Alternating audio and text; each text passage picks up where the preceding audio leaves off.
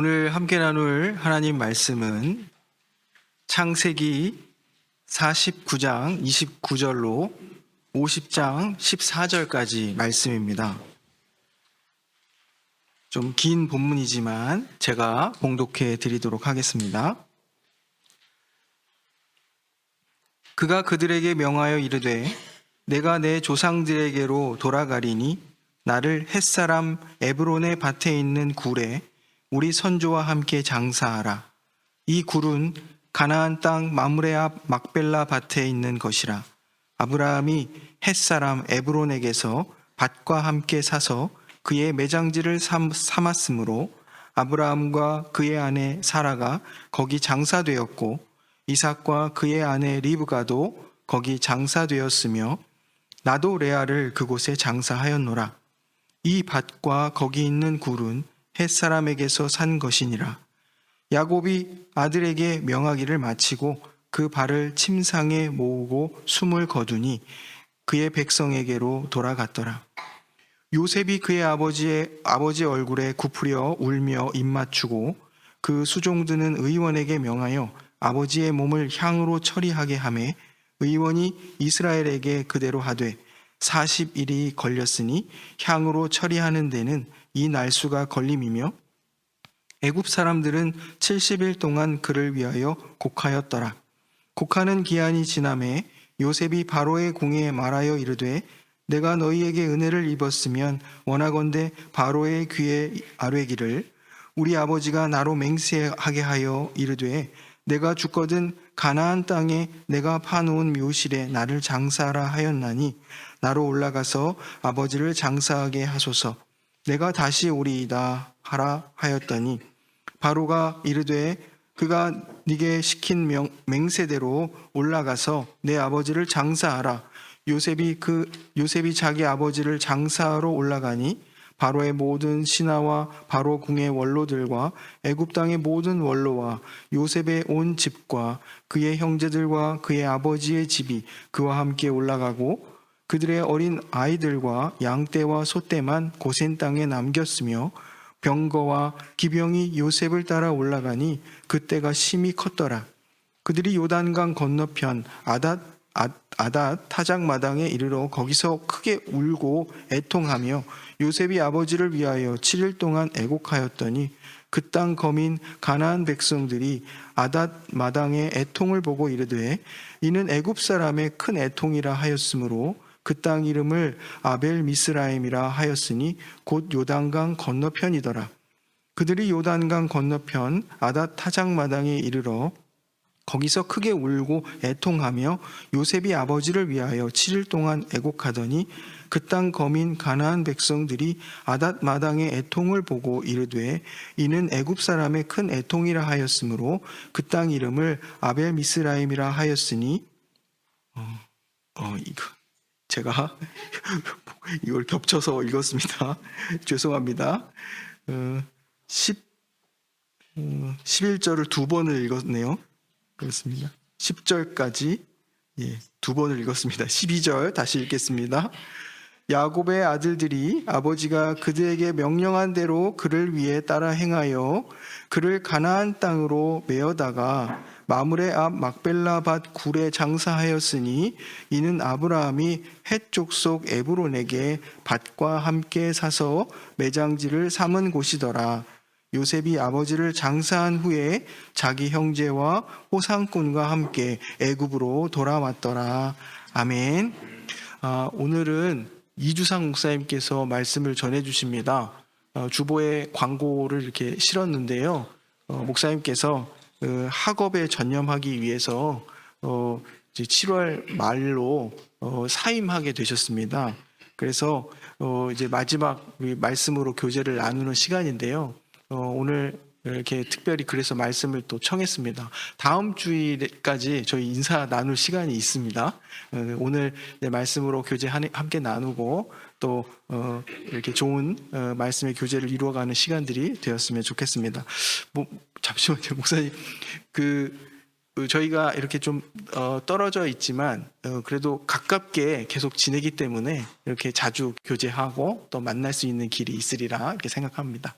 예, 목사님 나오셔서 말씀 전해 주시겠습니다. 잠시 기도하겠습니다. 하나님 감사합니다. 귀한 예배를 아버지 하나님께 올려드리며 우리가 아버지 하나님의 말씀을 듣습니다. 아버지 하나님의 말씀을 통하여 아버지 하나님을 더욱 알고 아버지 하나님을 더욱 사랑하는 우리 공동체 될 수 있도록 인도하여 주시옵소서. 예수 그리스도의 이름으로 기도합니다. 아멘. 우리가 이런 이야기들을 자주 합니다. 우리는 언약 백성이다. 우리는 하나님의 약속을 믿으면서 산다. 하나님의 약속이라고 하면 우리 신앙생활에 있어서 굉장히 중요한 요소이지요. 그런데 우리가 하나님의 약속을 믿고 살아간다라고 할 때 그 약속이 도대체 무엇을 의미하는가?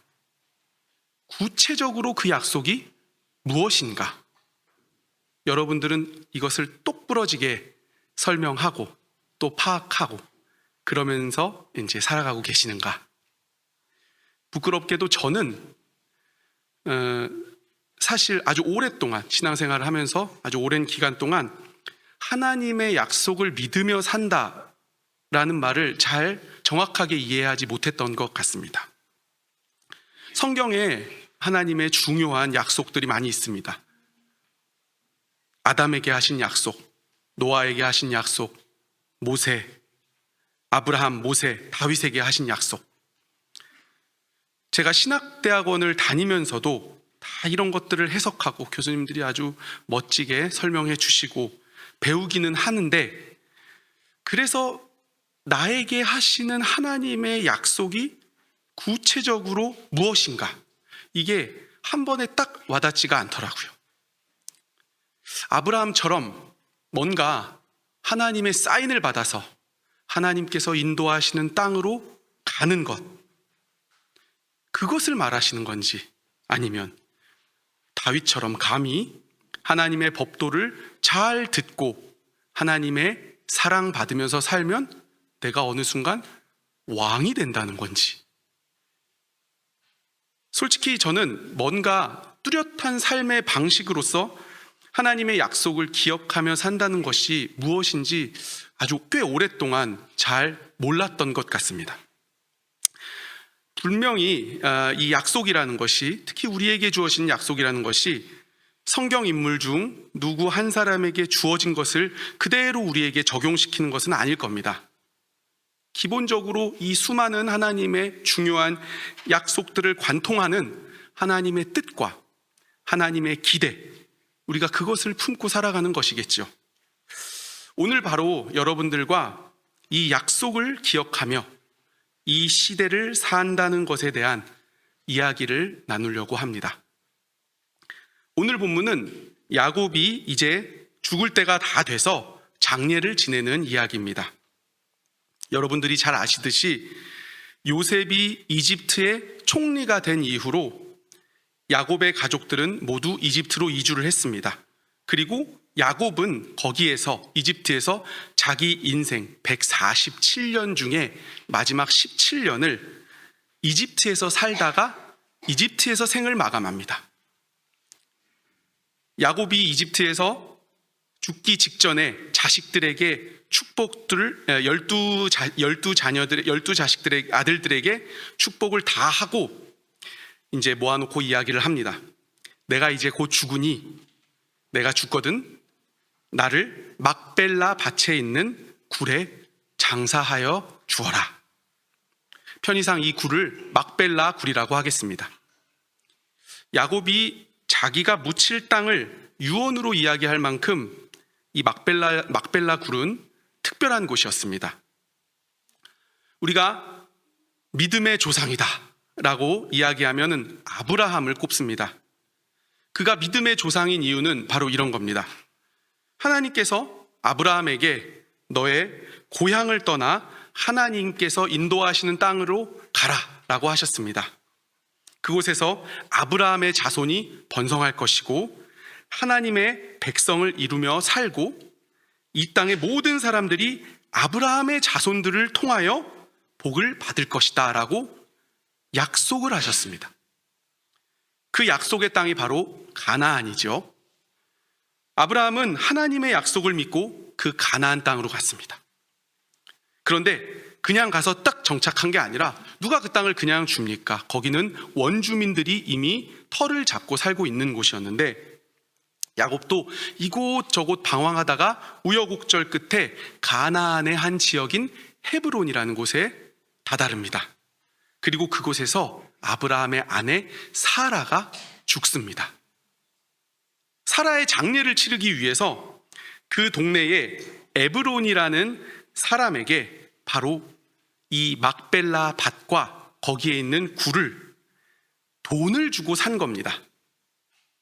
에브론은 아브라함에게 괜찮다, 그냥 이 땅 써라, 그 굴 써라, 사라를 이 굴의 장례를 치러도 아무런 문제가 없다, 괜찮다, 써라 라고 했지만 아브라함은 기어코 돈을 주고 그 땅을 샀습니다. 바로 이 막벨라 밭이 하나님께서 아브라함에게 약속하신 땅 가나안에서 아브라함이 처음으로 제 값을 치르고 정식으로 소유권을 갖게 된 땅입니다. 그리고 사라를 그곳에 장사하고 나중에 아브라함 자신도 그곳에 묻히고 그리고 그의 아들 이삭과 며느리 리브가까지 거기에 다 장사되었습니다. 모두 그곳이 하나님께서 약속하신 땅이다. 우리들이 결국 영원히 거해야 할 곳이 바로 이 땅이다 라는 것을 알고 있었던 것입니다. 오늘 야곱의 유언도 바로 그 막벨라 굴에 장사해달라는 것이었습니다. 비록 17년 동안 이집트에서 살았지만 야곱은 자기의 할아버지 아브라함에게 주셨던 하나님의 약속을 기억하고 자신이 마침내 돌아가야 할 곳은 가나안 땅이다라는 것을 이집트에서도 17년 동안 잊지 않고 살았던 것입니다. 야곱의 가족들은 이집트에서 그야말로 호강하며 살았습니다. 주변의 모든 나라들이 극심한 가뭄 때문에 먹을 것이 없을 때에도 그들은 이집트에서 부족함이 없이 지냈고 또 아들이 총리였기 때문에 그 화려하고 그 강한 나라에서 그야말로 남부럽지 않게 살았습니다. 그럼에도 야곱은 하나님께서 약속하신 가나안 땅이 결국은 자기가 돌아가야 할 땅이다, 결국은 나의 고향이다 라는 것을 잊지 않았습니다. 다시 말해서 하나님의 백성으로서 야곱은 자신이 그저 이집트에서 나그네로 살고 있을 뿐이다 라는 사실을 잘 알고 있었던 것입니다. 하나님의 약속을 기억한다는 것, 그것은 바로 이런 겁니다. 바로 내가 결국 돌아가야 할 곳을 기억하며 산다는 것입니다. 내가 이 세상에 발을 붙이고 살고 있지만 이곳이 뼈를 묻고 영원히 살 곳이 아니다. 내가 이 땅에서 태어나고 성장하고 가정을 이루고 나름대로 소통하고 공헌을 하며 정을 붙이고 살아가고 있지만 나는 그저 나그네일 뿐이다. 나의 진정한 시민권은 하나님 나라에 있고 나의 소망은 오직 하나님 나라에 있다. 여러분, 우리가 무언가를 약속한다라고 할 때, 약속을 받는다고 할 때 그것은 아직 이루어지지 않은 것을 전제로 하는 겁니다. 예를 들어 제가 제 아이들에게 장난감을 사주겠다고 약속을 합니다. 아이들은 그 약속을 철석같이 믿습니다. 그러나 아이들의 손에 아직 장난감은 없습니다. 진짜 장난감을 얻을 때가 약속이 이루어질 때죠. 우리가 이 땅에서 하나님의 백성으로서의 하나님의 나라를 이루고 살아가고 있지만 그것은 아직 완전하게 성취된 하나님의 나라는 아닙니다. 그 완전히 성취되지 않은 그 나라에 우리의 진짜 시민권과 우리의 진짜 소망이 있다는 것이지요. 이 땅에서 나그네로 사는 우리 한 사람 한 사람에 대한 하나님의 뜻과 계획과 인도하심은 분명히 모두 다 다르지만 우리가 결국 하나님 나라를 품고 살아간다는 것은 모두에게 동일한 약속인 것입니다. 그렇다면 여기에서 질문이 하나가 생깁니다. 잠시 머물다 가는 이 땅에서 나그네와 같은 우리는 어떻게 살아야 할까? 우리의 소망이 하늘에 있기 때문에, 우리는 거룩하게 구별된 자들이기 때문에, 이 세상은 공중권세 잡은 자들로 인해 악한 것으로 가득 차 있기 때문에 우리는 이 땅에 발을 붙이고 살아가고 있으면서도 뭔가 그리스도인으로서 구별되고 뭔가 이 세상 사람들과는 동떨어진 삶을 살아야 하는 것 아닌가 하는 생각을 갖기 마련이지요. 그래서 우리가 이 땅에서 나그네다라는 사실이, 이 땅에서 우리가 소극적으로 살아도 되는, 아니 어느 정도는 반드시 소극적으로 살아야만 하는, 그래야만 우리의 거룩함, 우리의 정체성을 잘 지킬 수 있는 것처럼 보이게 합니다. 그런데 여러분, 실상은 정반대입니다. 우리가 하나님 나라의 소망을 두고 이 땅에서 나그네와 같은 삶을 살아가기 때문에야말로 우리는 이 세상에서 그야말로 최선을 다해 살아가야 한다는 것입니다. 나그네와 열심, 나그네와 열심으로 가득 찬 삶, 이것이 참 아이러니한 부분이죠. 창세기가 50장까지 있습니다. 그리고 그 마지막 부분인 마지막 한 4분의 1 정도 되는 요셉의 이야기를 잘 읽어보면 굉장히 흥미로운 사실을 발견할 수 있습니다. 요셉의 이야기가 창세기 37장부터 시작됩니다. 요셉이 이집트로 팔려가고, 너무나도 잘 아는 이야기죠. 고생을 하다가 하나님의 도움으로 바로의 꿈을 해몽해서 총리의 자리에 오릅니다. 그리고 엄청난 가뭄 가운데 요셉 덕분에 요셉의 가족들이 모두 이집트로 이주해 옵니다. 이 이야기가 37장부터 47장 초반까지 계속 이어집니다. 이 10장이 넘는 지면을 할애해서 요셉과 그 가족들이 이집트로 이주하게 되는 과정이 매우 자세하고 우리 어린이들도 다 알 만큼 흥미롭게 묘사되어 있습니다. 그런데 요셉 가족, 야곱의 가족이 이집트로 이주한 후의 이야기는 거의 다뤄지지가 않습니다. 그렇게 이주하고 나서 어떤 장면으로 이어지냐면 바로 오늘 장면인 야곱이 죽기 일보 직전의 장면으로 바로 넘어가요. 그렇게 긴 지면을 할애해서 요셉 가족이 이집트로 이주해 오는 내용을 다루면서 그 다음에 바로 이어지는 거는 이제 야곱이 죽게 생겼다, 이 이야기입니다. 17년을 그냥 스킵해버립니다.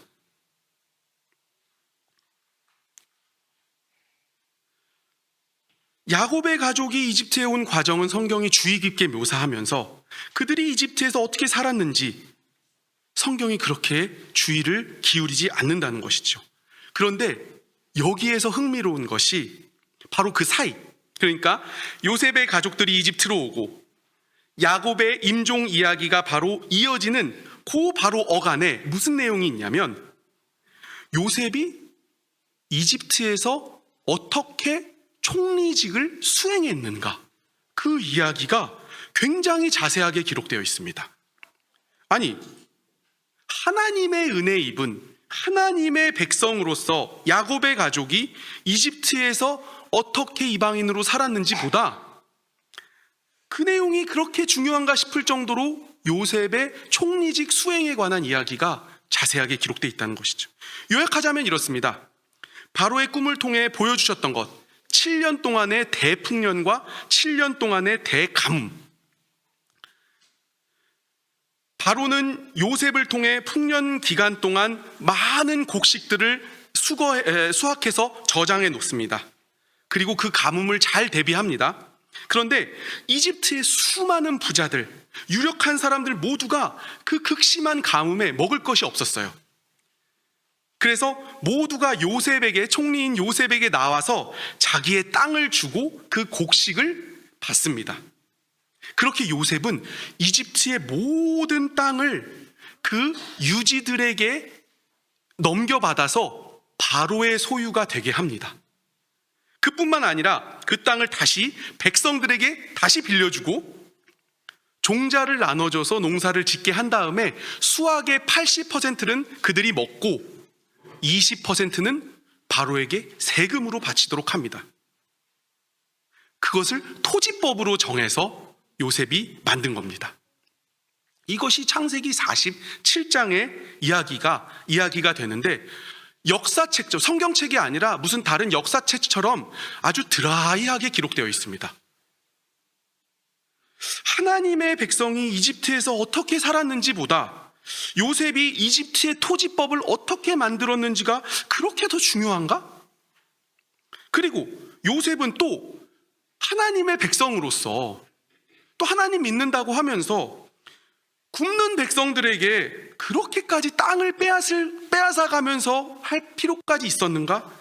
좀 지나친 것 아닌가 싶을 정도로 요셉이 바로 밑에서 그 총리직의 진심이었다라는 것이 47장 본문에 굉장히 자세하게 기록되어 있습니다. 이 과정에서 무슨 요셉이 이스라엘 하나님의 백성으로서 하나님을 섬겼다, 어떻게 제사를 지냈다, 하나님이 요셉을 통해 큰 일을 이루셨다, 이런 이야기는 전혀 없습니다. 그저 요셉이 이집트의 총리로서 어떤 업무를 수행했는지가 매우 객관적으로 드러날 뿐입니다. 그리고 이 이야기 직후에 자신을 이집트가 아닌 가나안 땅에 묻어달라는 요셉의 아버지 야곱의, 다시 말해서 하나님의 약속을 기억하는 야곱의 유언이 등장한다는 것이죠. 바로 이것입니다, 여러분. 나그네로 산다는 것은 우리가 머물다 가는 땅에서 우리에게 주어진 본분에 최선을 다하며 사는 것입니다. 나는 오직 하나님만을 왕으로 섬기는 하나님의 백성으로 하늘의 소망을 두고 살지만, 그리고 그것이 이 세상과 나를 구별되게 해주는 결정적인 요소이지만, 그것이 나를 이 세상으로부터 분리시키지는 않는다는 것입니다. 우리는 하나님께서 이끄신 자신의 위치에서 우리의 책임과 본분을 다하며 살아야 한다는 것입니다. 그리고 우리에게 정말 어려운 지점이 바로 여기입니다. 무엇이 어려운가? 우리가 이 땅에서 책임과 본분을 다하며 열심히 사는 것 자체, 그것이 그렇게 어려운 일은 아닐 것입니다. 하나님을 믿는 사람들이든 하나님을 믿지 않는 사람들이든 하다못해 자신의 식솔들을 위해서라도 열심히 살지요. 그런데 우리에게 정말 어려운 것은 뭐냐면, 이 땅에서 우리의 역할과 하나님 나라의 백성으로서의 우리의 정체성 사이에 그 밸런스를 잡기가 굉장히 어렵다는 것입니다. 단적으로 주일 성수하는 문제가 있을 수도 있고, 사업하시는 분들이라면 바이어를 상대하는 부분에서 그런 경우가 있을 수도 있고, 예수님을 믿지 않는 친구들이나 지인들 모임에서 경우에 따라서는 너무 적극적이어도 안 될 것 같고 너무 소극적이어도 안 될 것 같고, 괜히 내가 크리스찬이라는 이유 때문에 분위기가 싸해지는 것 아닌가, 그런 생각이 들 때도 있고, 또 그래서 그런 것 신경 쓰지 않고 막 어울리자니 또 하나님께 죄 짓는 것 같아서 죄송스럽기도 하고 찝찝하기도 하고, 우리의 삶 속에서 수많은 부분에서 이 세상과 나의 정체성 사이에 긴장이 생기기 마련입니다. 그게 어려운 거예요. 열심히 살아라, 이렇게 살면 된다, 성경에 누구야 그냥 이렇게 살면 돼 써 있으면 그냥 머리 박고 그렇게 일하고 열심히 일하고 착한 사람으로 사는 것, 그게 어려운 것은 아닐 것입니다. 그러나 그 긴장 가운데서 내가 어떻게 해야 되는 것인가, 이 선을 넘어가야 될 것인가 말아야 할 것인가, 어디까지 열심으로 내가 이 세상에 속해 있어야 하는가, 나는 어디까지 내가 하나님의 백성이라는 것을 이 세상에 어떤 방식으로 드러내야 할 것인가. 그러나 그 긴장 가운데에서 우리가 하나님 나라 백성으로 우리의 정체성을 잘 지키며 그 신앙적 양심을 해치지 않는 선에서 우리의 삶에 최선을 다하고 선하게 살아갈 때 우리는 분명한 영향력을 발휘할 수 있고 결국 이 세상도 우리의 가치관과 우리의 정체성을 인정해 준다는 것입니다. 그 이야기가 바로 오늘 본문에 그대로 나와 있습니다. 오늘 본문 50장 1절부터 보면 야곱이 죽고 요셉이 야곱의 시신이 부패하지 않도록 향으로 처리합니다. 그때 이집트 사람들이 70일 동안이나 함께 웁니다. 함께 야곱의 죽음을 슬퍼하며 애곡합니다. 뭐 여기까지는 그럴 수 있다고 칩시다. 그런데 이 애곡 기간이 지나고 요셉이 바로에게 부탁을 한 가지 합니다. 제가 가나안 땅에 가서 저희 아버지의 장례를 치르고 올 수 있도록 허락해 주십시오. 제가 반드시 다시 돌아오겠습니다. 저는 요셉이 이 부탁을 바로에게 하기 굉장히 어려웠을 것이라 생각합니다. 바로는 무소불위의 권력을 갖고 있는 이집트의 왕이었습니다. 이집트의 왕은 사실상 신과 사람 사이 그 중간쯤에 있는 존재라고 해도 과언이 아닙니다. 총리 요셉도 그래서 이 부탁을 바로에게 직접 나아가서 하는 게 아니고 왕실 관계자를 통해서 그것을 이야기를 전합니다. 총리가요.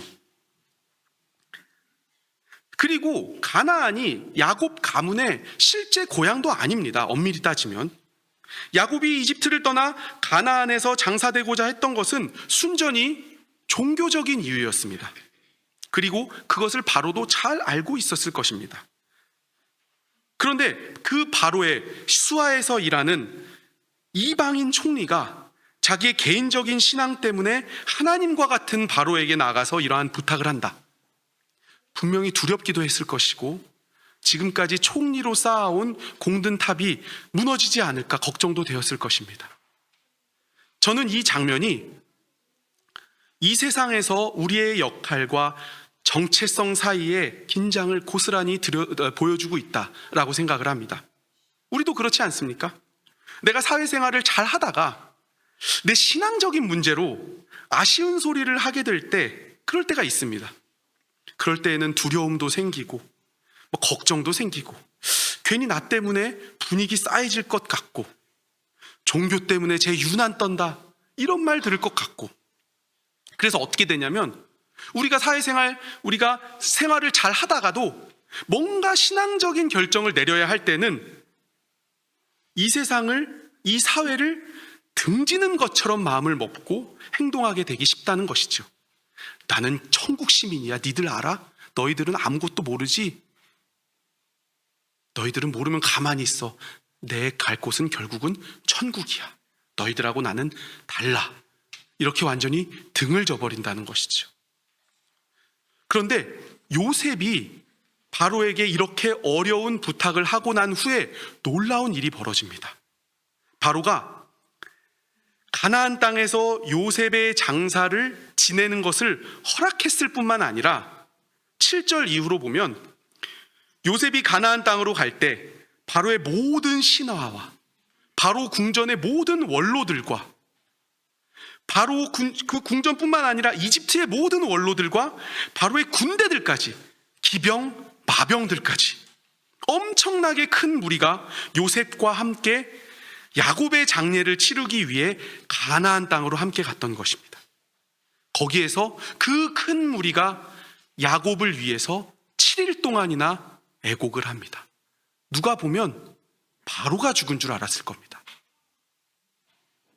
남부러울 것 없는 권력의 끝에 있는 거의 신과 같이 추앙받는 사람이 한낱 이방인의 신앙을 존중하는 것이 국가적 차원에서 이루어지는 모습이 바로 창세기 50장 오늘 본문의 말씀이라는 것이죠.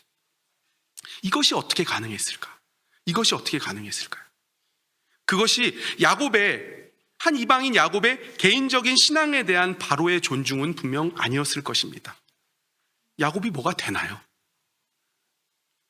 바로의 존중은 요셉이 하나님 백성으로서의 정체성을 분명하게 지키면서도 이집트라는 자기에게 주어진 그 무대에서 그 역할을 최선을 다해 감당한 것에서 비롯된 것입니다. 그때 요셉의 신앙은 믿지 않는 사람들에게 웃음거리가 된다거나 하나님을 모르는 사람들 사이에서 분위기를 싸게 만든다거나 유난 떨지 말라 이런 말을 듣는다거나 그럴 성격의 것이 아니었습니다. 오히려 믿지 않는 사람들로부터 존중이 되고 그 사람들조차 그 신앙에 연관된 행위의 일부가 되게 할 정도로 근사하고 멋진 것이었습니다. 약속을 기억하며 산다는 것이 바로 이런 것입니다. 나의 나그네됨이 나를 이 사회에서 분리시키는 것이 아니고 오히려 최선을 다하게 만드는 것. 그렇게 이 세상이 나의 신앙과 하나님 백성으로서 나의 정체성까지 존중하게 만드는 것. 이것이 바로 언약 백성의 삶이다 라고 오늘 본문이 이야기하고 있습니다. 사랑하는 성도 여러분, 우리의 신앙생활이라는 것, 어쩌면 그것이 모 아니면 도로 흘러가기가 쉽습니다. 이 세상과 전혀 융화되지 못하면서 거룩해 보이는 것만 쫓게 되기도 쉽고, 또 반대로 이 세상의 것이 전부인 양 우리의 정체성을 잊고 살아가기도 너무 쉽다는 것이죠. 그 긴장 속에서 천국 백성의 정체성을 잃지 않으면서 이 땅에서 우리가 맡은 역할에 충실하게 살아가셨으면 좋겠습니다. 그렇게 살아갈 때 내가 배척당하지 않을까 하는 두려움, 내가 웃음거리가 되지 않을까 하는 걱정은 하나님께서 분명히 영광으로 바꿔주실 것으로 믿습니다. 약속을 기억하는 삶이란 우리의 신앙이 우리의 삶의 열심의 토대가 되고 또 우리의 삶이 우리 신앙에 대한 존중의 근거로 되는 삶입니다. 함께 기도하겠습니다. 하나님, 우리가 우리의 정체성과 우리의 삶 사이에서 고민할 때마다 그 자체가 우리에게 성장의 발판이 된다는 것을 알게 하옵소서. 별과 같이 화려한 믿음보다 우리의 진지한 삶을 통해 이 세상이 우리의 믿음을 보게 하소서. 그렇게 하나님의 언약 백성으로 하나님 나라를 이 땅에서 기대하며 소망하는 삶을 살도록 인도하여 주시옵소서. 예수 그리스도의 이름으로 기도드리옵나이다. 아멘.